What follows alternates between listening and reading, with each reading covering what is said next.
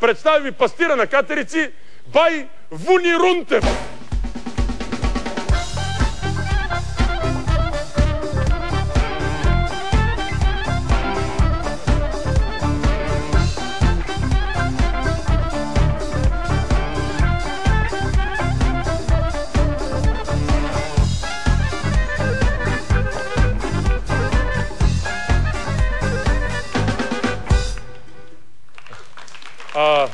Бай Вуни! Да. Добър вечер! Добър вечер, Славчо!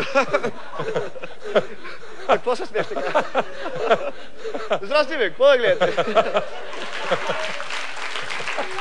На който Я кажи на Георги здрасти! Здрасти, Жорка! Много ти благодаря. Моето момиче едно от балета ми е дъщеря тук. Да. Си я взел. Много ти благодаря, че ти ми е назначил. Хайде. Тя 10-ти клас стана. Изучи са... Да, 100 катерички съм продал да я издържам. Да. А защо е тая тенджера сега? Тая тенджера, това е те... Моля малко млъкнете, стигате си.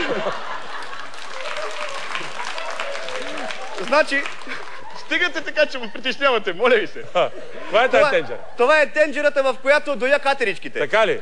Да напълна ми трябва някъде около 400-500 катерички да напълна. А защо сте сложили отпред сега тук?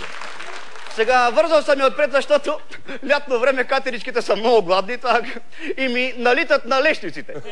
Много те ослабяват. Лесно, добре, да ви попитам. Стават много летните. Вуни Рунтев. Да? Да. Вие сте това, нали? Аз съм На кого сте кръстен така? На кого сте кръстен Вуни Рунтев? На баба ми Вуна и на дедо ми Руню. Добре.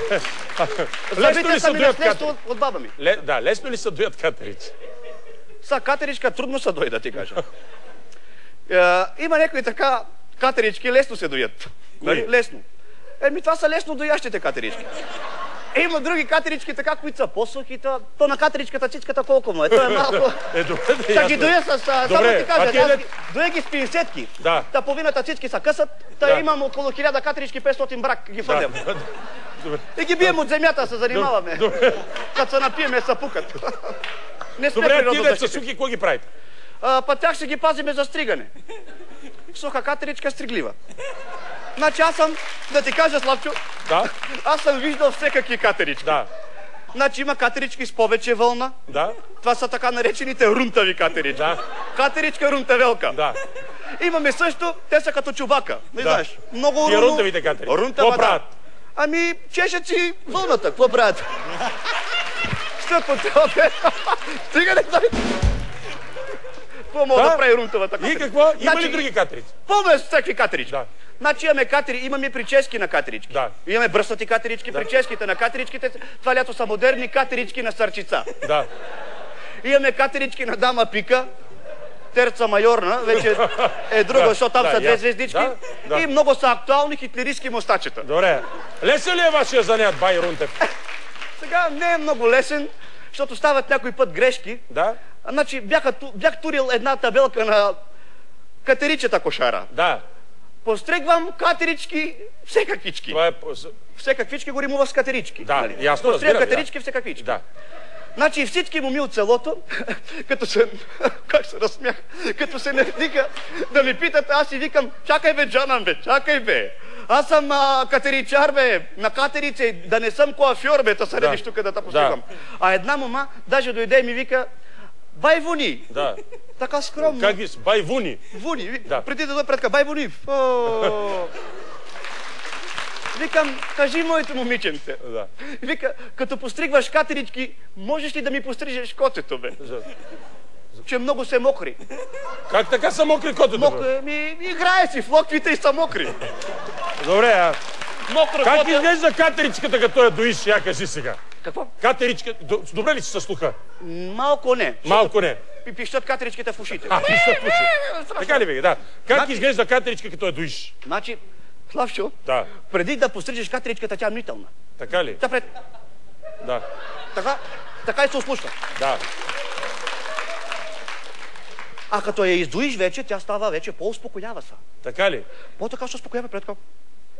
Вече е доволна, така. Вече е доволна. Ти си освободил от мирчицето, колкото и да е малко. А защо си издраскан по лицето? Защо си издраскан така по лицето? Само искам да ви кажа, че трябва да внимаваш като ги доиш, да не ги изтискаш много, че и те душа носят катерички. Добре, а защо Издраскан съм, защото веднъж като дойде една катеричка и се наведох да я... Какво? Да я фана за цицките. Да. И тя взе, че ме отраска. Да. Добре, а има ли други? Са много своенравни, бе. Това е голема гад. Кое? Катеричетата. Катеричет? Добре. Знаеш ли как ми гризат гегата? Като солета я рупат.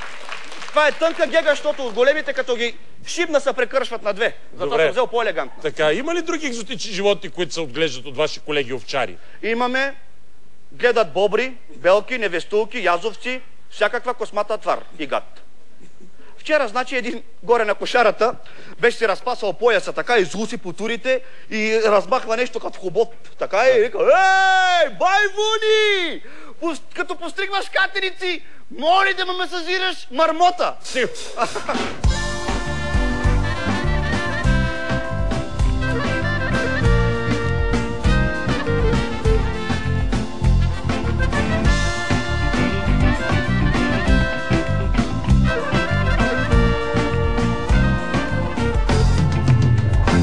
Уважаеми зрители, днес реших да пренебрегна последните научни новости от Магадан, но не защото магаданци не са открили нищо ново, защото научих една история.